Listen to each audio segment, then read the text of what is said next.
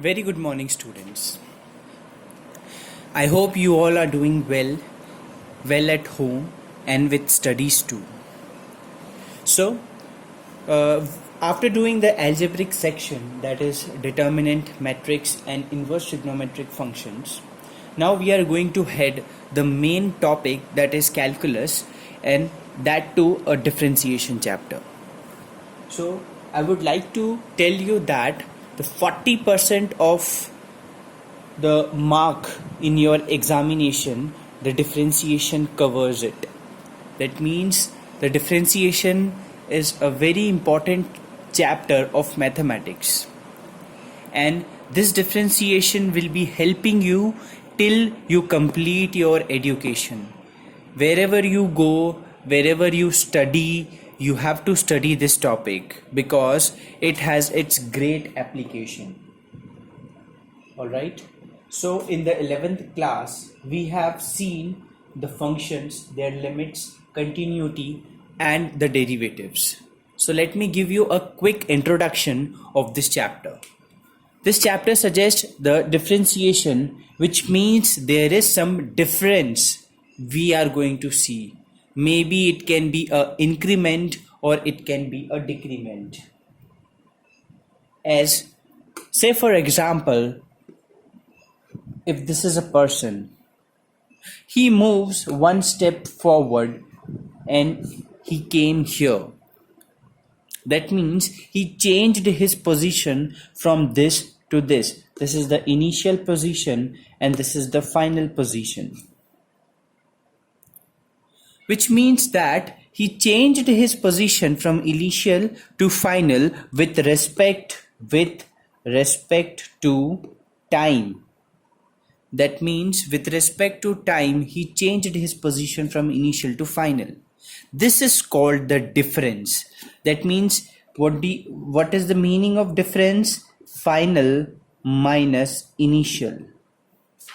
And if you are finding the difference with respect to time, then this is called differentiation.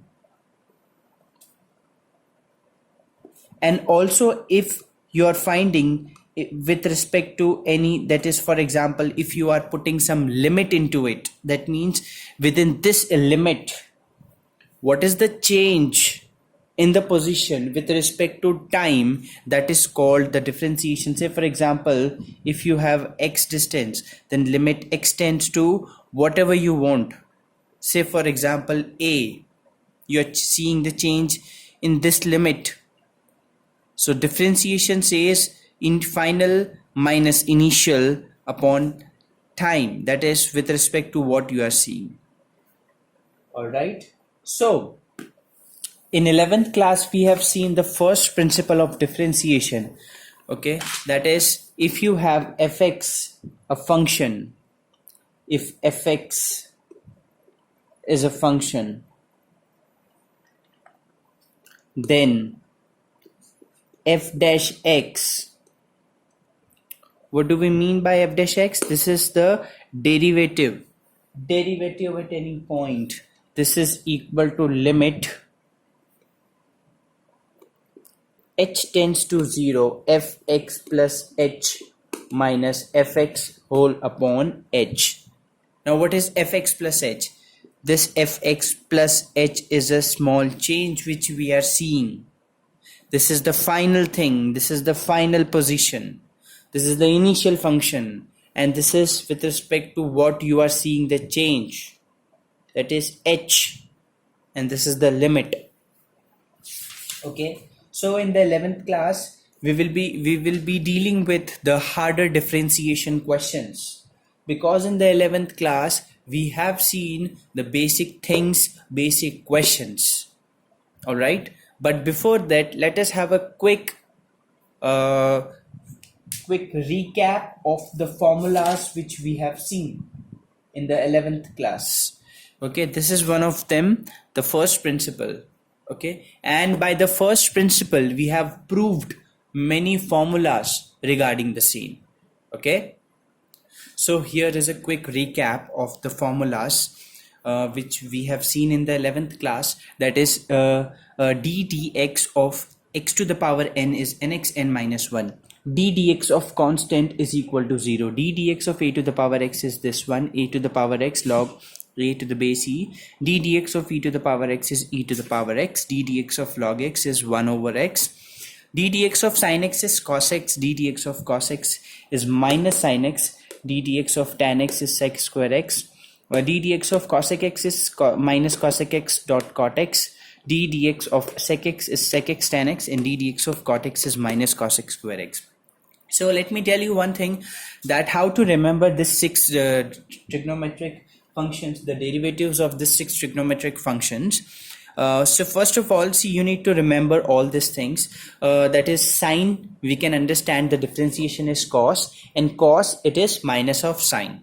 So tan x is sec square x, and sec x is sec x tan x. See, you have to remember 1, 2, this 3, and this 4. Rest you can remember. How? See, the sin x cos x, and cos x is sin x, and this tan x is sec square x, and this sec x is sec x tan x. These 4 are easy to remember. Okay, now how can you remember other 6? See, as you can see, for every co-function, see this cosec, cos, and cot, the function which comes with c, you can see on differentiating them, we get minus as a result. First thing. Second thing, see, this sec x says, differentiation of sec x says sec x tan x. What is the co-function? Cosec. Sec co-function is cosec, and tan co-function is cot. So if you can remember sec x, which is sec x tan x, then you can remember of cosec x also, which is cosec x cot x, and minus sign along with this. And if you can remember for tan x, which is sec square x, then the co-function of tan x is cot x. So the co-function of cosec square is the co-function of sec square x will be cosec square x, and the minus sign along with that. Okay, so like this you can remember for the trigonometric functions. Then we have seen for the product rule and the division rule. Product rule says that first differentiation of second plus second differentiation of first, and the division rule says, first of all, in the denominator, the square of second, keep second as it is differentiation of first, minus first as it is differentiation of second. So this we are going to remember, and keeping in mind, let us start the questions. Okay, before going to the questions, let us learn, or let us understand the chain rule which you have in this year. What do we mean by the chain rule? By the name itself, we can understand that there can be a chain which help us in finding the differentiation. Okay, so here I have considered two functions, that is y is equal to fu and x is equal to gu.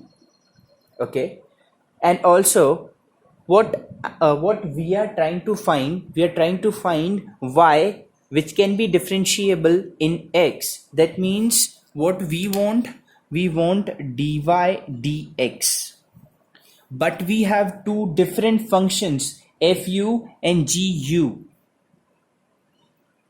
Okay, so how we will do this thing, that is y is equal to fu and x is equal to gu. Then on differentiating y with respect to u only, we can differentiate because the variable is u. So dy du is equal to f dash u. Here we'll differentiate, that is dx with respect to du. So dx du will give you g dash u. Now what we want, dy dx. How we will get dy dx with these two? See, this is dy du, this is dx du. If I can divide this with over this, that is dy du upon dx du, then I can attain dy dx. Hence, which says that if you have these two functions and if you want dy dx, then differentiate this and divide it so that you can get dy dx gu. This we can understand with the help of one example. So what example we can consider? Say for let us say y is equal to e to the power sine x square. Okay, let us consider this example. Y is equal to e to the power sine x square. Now, okay, let me tell you one thing. Where chain rule is applied, or where is a good application of chain rule, so you can use the chain rule in those questions which you have a complex function. That means function of functions. That means in those questions which there is a, that means a complex mixture of functions. See, this is exponential function, this is trigonometric function, and this x squared can be considered as an algebraic function. So it is see, this is just easier question. We'll see some that is complex question also, where you have a function in function type. So let us understand the chain rule with the easier example. See, this is the question. Now, as I can see that this can be considered as any other function. So let us consider u is equal to sine x square. So what will be your y? Your y will be e to the power u. Are you getting? Okay. Now these two are our functions. Y is equal to e to the power u and u is equal to sine x square. Now what you do, you differentiate with respect to u, this one. So what will be dy du? This will be e to the power u, the same. What will be on differentiating this? On differentiating this, we'll get cos x square. X square will give you 2x. Okay, sine x square, sine differentiation is cos x square and x square differentiation is 2x. So finally you get 2x cos x square. Now the question was this one. You need to differentiate this function with respect to x. You have these two. How can you get dy dx? See, this dy du, if I multiply this with this one du dx, that is dy du into du dx, these two can be, see, first and very foremost thing, there is no cancellation kind of thing in this.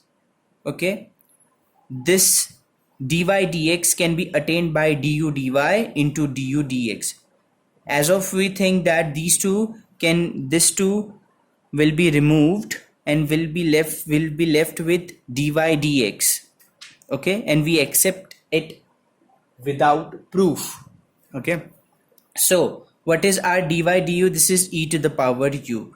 And what is du dx? To x cos x square. Now you would be thinking that u is coming. No need to worry. This u, you can replace it with sine x square. So e to the power sine x square, and this 2x is, I'm writing here, and this is cos x square. This is the final answer. So this is the application of chain rule which you have to remember. Okay.